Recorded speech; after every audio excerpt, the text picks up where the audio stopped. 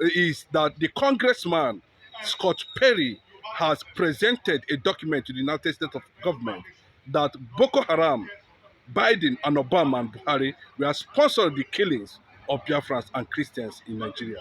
What is actually playing out from your own point of view as Nigeria is currently now? In exile is exposing, hypocrisy of this country. The hypocrisy of this country has been, detected over the years since inception of Buhari administration, whose continuation, just started, just let's say, barely 2 years now, as Bola Ahmed Tinubu, commenced from where Tinubu's administration stopped.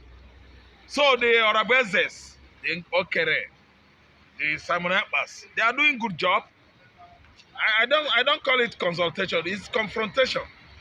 Because they are representing, Biafrans. All they do is to favor Biafrans, to favor Biafran nation, to make sure that they gear up emancipation of Biafra, which has actually been, declared in Lati, Finland. So they have taken the Biafra agitation into White House, from White House to the congressmen. The Perry of Scott a man Perry, you called, is a lobbyist too, for the kind of Biafran lobbyist. And you see that they are coming. I tell you that United States of America is coming. And then again, I want to tell you that ICC is on it. Nigeria refused to honor invitation by ICC, and they are going to brace up that kind of altercation or confrontation between UNO, all the umbrellas under UNO, and Nigeria. I think there should be a face-off between Nigeria and this United Nations platform very soon. Because over the years, we witnessed on social media, if not that social media is in place, I wonder what would have been Igbo land, become of Igbo land now. They would, be denying all the atrocities, all the animosities committed by Buhari himself. And the continuation of Buhari's, animosity. Tinubu administration started from there. And we are seeing the same animosities, hostilities against Igbo man in the recent time. Just barely 2 years of Tinubu's administration, we've known how many Biafrans that were, shot to death, unarmed youths in the southeastern Nigeria. Tinubu has started from where Buhari stopped. The issue that Nigeria has today. Wasting of blood, wasting of money, destruction of Nigeria economy is bordering on the fact that it's only Yoruba and the Fulani that are at the head of government of this country. And they've never been able to brace it up that Yoruba man is responsible for destruction of Nigeria. That Fulani man is it. For something years, no development in the north. No development in the north. The Hausa youth, the Fulani youth, they are all Okada riders all over the country. And the highest achievement any one of these youths from the north could attain is rearing of animals in the bush. And that's why we've gotten ourselves in this mess. So what I'm trying to say is Biafra being subject or major team in the House of Congress, the credibility should be given to Nnamdi Kanu, who actually worked with the GOP in 2019 to make sure that Trump come for the second time. But that hope was dashed when the Chinese, WHO come up with that virus they injected into the atmosphere in 2019. That's COVID-19. And because of the way America was devastated by COVID-19 pandemic, Donald Trump could not make it second time. And today we've seen how Democrat has messed the economy of the USA. The technology, the military might we know of America was down for 4 years. And today we've seen our man, Mr. Trumpet, back. And this time around, what he promised Biafra, I'm telling you that he's coming to fulfill it. And it's in place already because actually Donald Trump is going to fulfill his promise to Biafra. We must actually get there because White House is interested in what is going on in Igbo land. Not only White House, I can see House of Kremlin. At least giraffe in two. From Russia to Biafra land. That is Putin. Until the ego is let off the cage, I think we must actually get there. Nnamdi Kanu must be free. Yes, like what your response to the issue of what is happening in Biafran land. Just few days ago, there was massive report of crisis reading by a form of religion that is tied to tradition, and of course, what the governor is trying to do, their sanitization, as some people will call it. What is actually your intake on Anambra situation under Soludo now? Soludo is just coming out with many security outfits, Aguna Chamber and Udogachi. Aguna Chamber. From that, we see how his planning masters, tutored him to eliminate Anambra youths, eliminate traditional worshippers, eliminate all the Libyans, native doctors in Igbo land, are now enemy of Charles Soludo. His native doctors are those native doctors the cause of infrastructural dilapidation in Anambra State. The dilapidation of those infrastructures or facilities, okay, caused by those Libya and traditional worshippers. Who is gunning after Libya native doctors, traditional rulers in Igbo land? Charles Soludo himself. Accusing them of, preparing voodoos for criminals. They are the one preparing voodoos for kidnappers. What kind of man is he? Voodoos, must government be interested in anything voodoo? Voodoo should not be a thing that government should give interest or enthusiasm, because it is a spiritual thing, non-existence. It's amounted to nothing. Voodoo, juju, to me is nothing, rubbish. So Soludo has been, using the instruction by his Fulani masters, against Anambra youth, disaliving over how many youths? 2 weeks now. I think in their hundreds. Unarmed youths. Tagging them kidnappers, tagging them criminals, tagging them. See, let me tell you, IPOB is not a criminal group. They keep on tagging IPOB terrorists. They keep on tagging IPOB kidnappers. There are hoodlums, miscreants in every region of Nigeria. It's not when kidnappers or abductors, are on loose, you will start accusing IPOB. What do you mean by IPOB? Every Igbo man is IPOB. I wonder the kind of stupidity people have just found themselves in. Very serious idiocy. Any Igbo man, meaning indigenous people, Igbo man. Indigenous, yes. Indigenous people of Biafra. That is every Igbo man. And they have now Including the governors themselves. Including the governor themselves. They are indigenous people of Biafra. This is a good English carved out by Mazen Nnamdi Kanu. And you are tagging somebody, you are IPOB. What do you mean? Every Igbo man, indigenous people of Biafra, meaning every Igbo man. I wonder, Nigeria has come a long way when you talk about education. But sometimes I see our politicians, I see our lecturers, I see Hausa, I see Fulani, I see some Igbo men.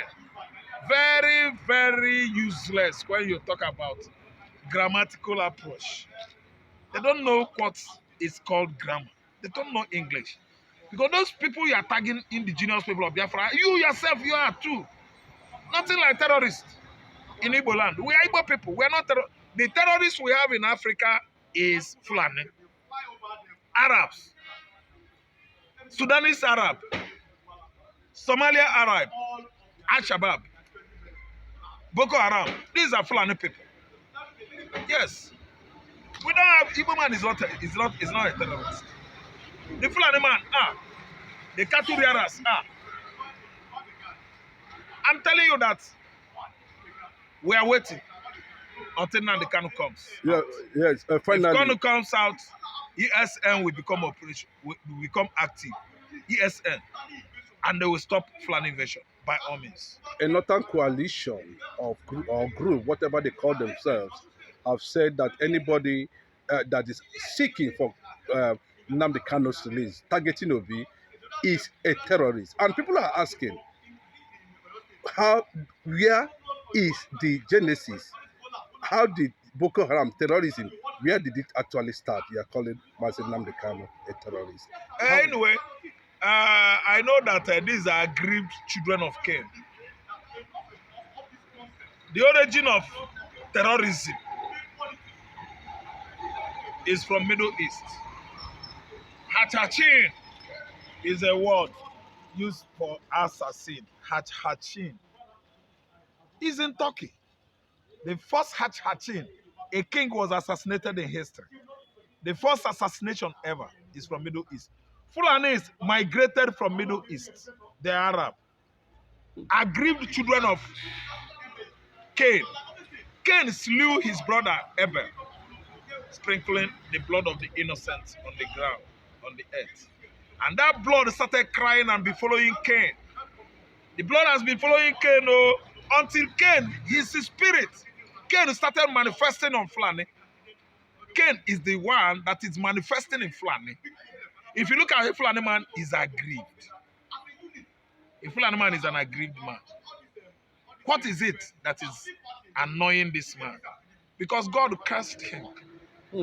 Why did God curse him? God cursed him because he slew an innocent man appreciated by God. That's why the Fulanis that are Christians in Nigeria, they are not up to 10,000. All they know is Islam. Islam, Islam. Islam up, Islam down. Mosque up, mosque down. Quran there, Quran here. Arab inscription, going to Medina and Mecca. Finish, Fulani man don't finish. You know concern. Because these are visitors allowed by the Fulani, by the Hausa, their Hausa host. 18th century, 200 years ago. 200 and something years ago. It's finished though. You allow your visitor, he help you fight certain snake, big snake. It's a history. And they succeeded on killing the snake that was, giving the Hausa locals trouble in those days. That was how Hausa allowed them. They stay with Hausa, and many of them, their brothers in the Sahel countries, were invited over into North to stay with them. That was how they used pointed nose women with pointed nose, Fulani women, beautiful, giving the Hausa local chiefs for marriage. And that Hausas did not know they were using sex evangelism to capture the Hausas into Islam, and they actually succeeded on doing that. From then, they Islamized the Hausas, accusing the traditional worshippers of paganism, put many of them to sword. Yes. From there, Osman Dafoe struck again, forcing every Dick and alley, all the Hausa Negro into Islam. And today, Islam has taken a strong foothold in the north, killing, putting to sword all the Christians, all the traditional worshippers. These are sanguinary, bloodthirsty race in Africa. That's why Ghana said, we don't want you. They are wanderers.